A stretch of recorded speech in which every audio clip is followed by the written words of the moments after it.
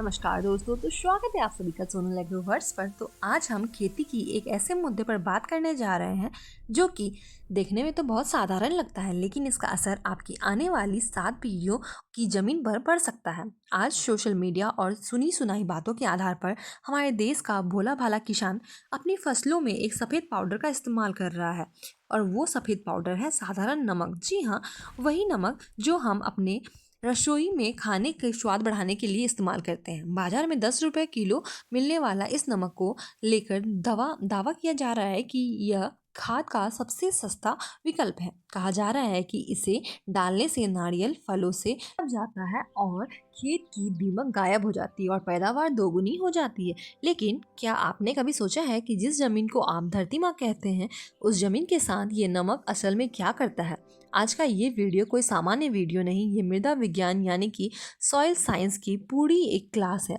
अगले कुछ मिनटों में हम विज्ञान की गहराइयों में जाएंगे।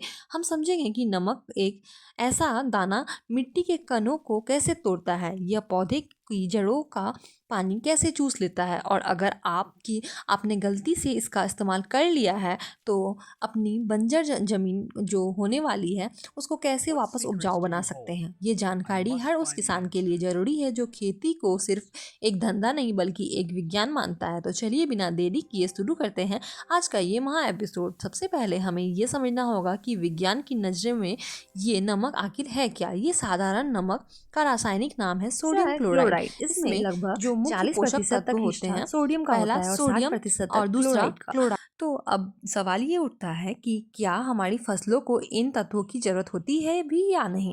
तो देखिए, दुनिया के किसी भी पौधे को अपना जीवन चक्र पूरा करने के लिए, यानी बीज अंकुरित होने से पहले फल पकने तक, कुछ 17 तत्व की आवश्यकता होती है। इसमें मुख्य तत्व हैं नाइट्रोजन, फास्फोरस, पोटास। इसके बाद आते हैं कैल्शियम, मैग्नीशियम और सल्फर, और अंत में आता है सूक्ष्म पोषक तत्व जैसे कि जिंक, आयरन, मोलिब्डेनम आदि। किसान भाइयों, आप ये जानकर हैरान रह जाएंगे कि इन 17 अनिवार्य पोषक तत्वों की पूरी लिस्ट में सोडियम का नाम कहीं भी नहीं है।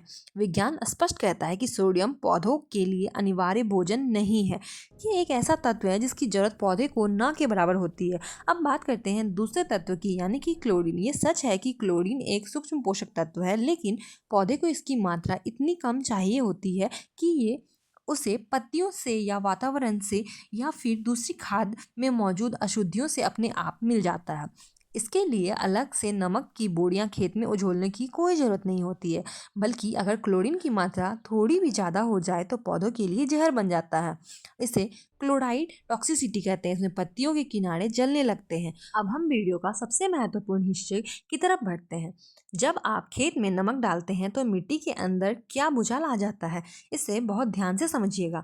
हमारी मिट्टी, विशेषकर भारत की मिट्टी, रेत, सिल्ट और क्ले यानी कि चिकनी मिट्टी से मिलकर बनी होती है। अच्छी उपजाऊ मिट्टी की ये पहचान है कि वह भुरभुरी होनी चाहिए। मिट्टी भुरभुरी तब रहती है जब उसके कण आपस में एक साथ एक खास तरीके से जुड़े रहते हैं। इस जुड़ाव को बनाए रखने का काम करता है कैल्शियम। कैल्शियम मिट्टी के कणों को एक चुंबकीय की तरह आपस में जोड़ कर रखता है, जिससे उनके बीच में खाली जगह बनी रहती है। इस खाली जगह से हवा जड़ों तक पहुंचती है और पानी नीचे रिसता है। लेकिन सोडियम एक बहुत ही झगड़ालू और ताकतवर तत्व है। जैसे ही आप खेत में नमक डालते हैं, नमक पानी में घुलता है और सोडियम अलग हो जाता है।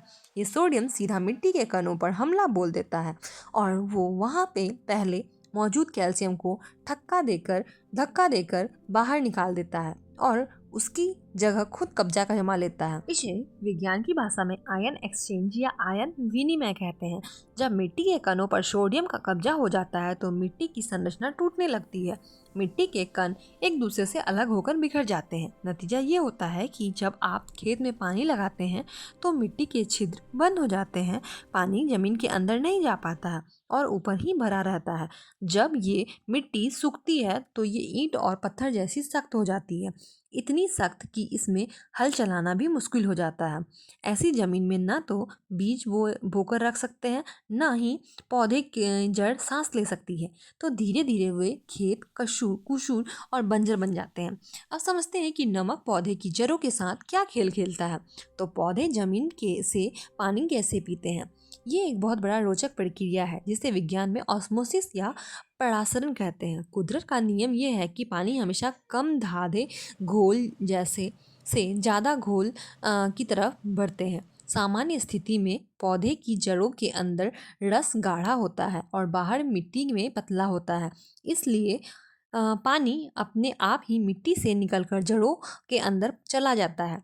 लेकिन जब आप खेत में नमक डालते हैं तो मिट्टी का जो पानी होता है बहुत ही खारा होता है और गाढ़ा हो जाता है।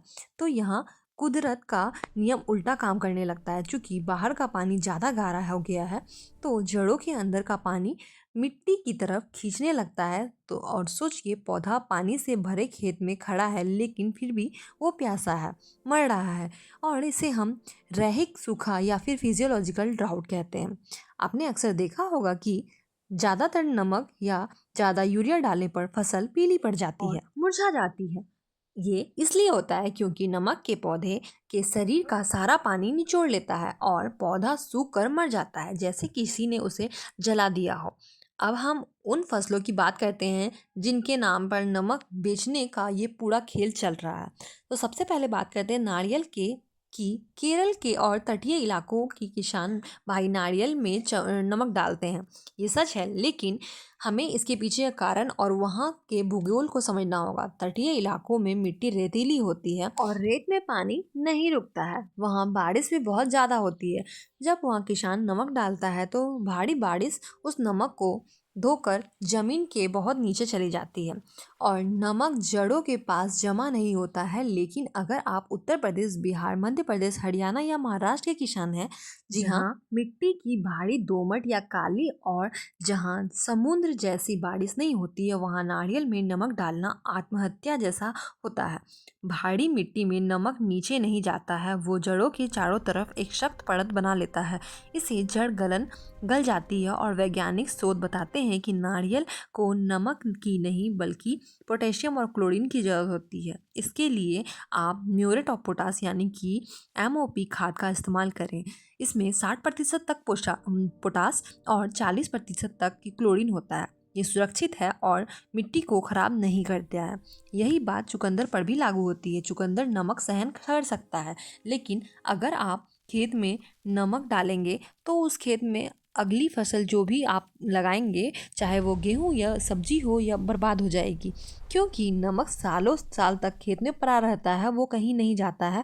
क्या आप एक फसल के चक्कर में अपनी पूरी जमीन खराब करना चाहेंगे? अब आते हैं उस दावे पर कि नमक डालते ही दीमक मर जाती है। जी हाँ, नमक डालते ही दीमक मर जाती है। नमक दीमक को मार सकता है। नमक दीमक की त्वचा से पानी सोख लेता है और वो सूख कर मर जाता है। लेकिन रुकिए, नमक के पास ऐसी कोई बुद्धि नहीं होती है कि वो सिर्फ दुश्मन को मारे। जिस प्रक्रिया से नमक दीमक को मारता है, बिल्कुल उसी प्रक्रिया से वो खेत के सबसे अच्छे दोस्त यानी कि कीड़ों को भी मार देता है।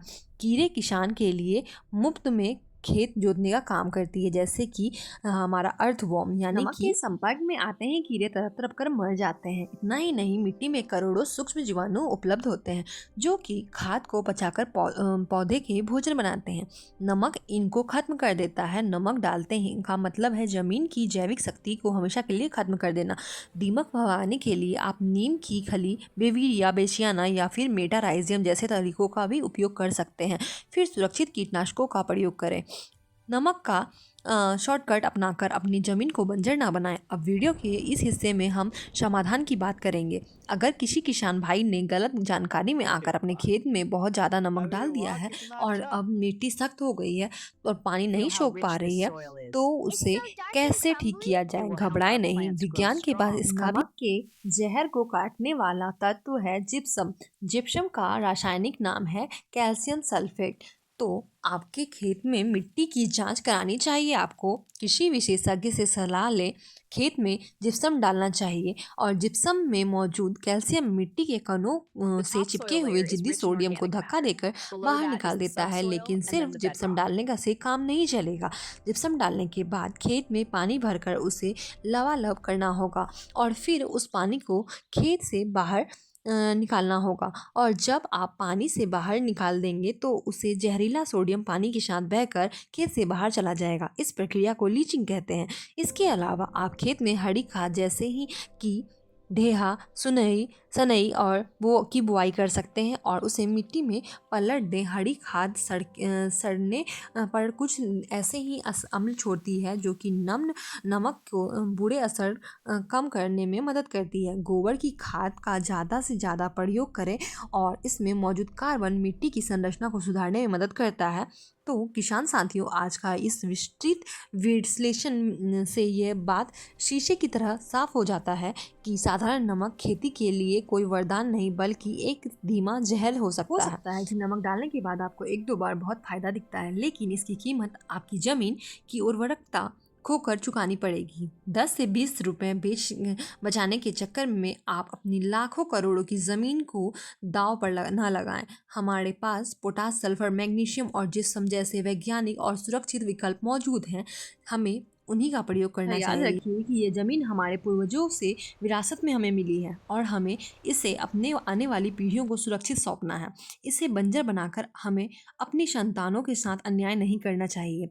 हमें उम्मीद है कि आज सोनल एग्रोवर्स की यह कोशिश आपको पसंद आई होगी। हमने बहुत मेहनत से रिसर्च करके यह जानकारी आपके लिए जुटाई है। अगर आपको लगता है कि यह वीडियो किसी किसान भाई का ज़मीन बचा सकता है तो इसे ज़रूर शेयर करें। अगर वीडियो पसंद आया तो वीडियो को लाइक ज़रूर करें। साथ ही हमारे चैनल सोनल एग्रोवर्स को सब्सक्राइब कर ले ताकि आप आगे भी ऐसा ही अपडेटेड रहें।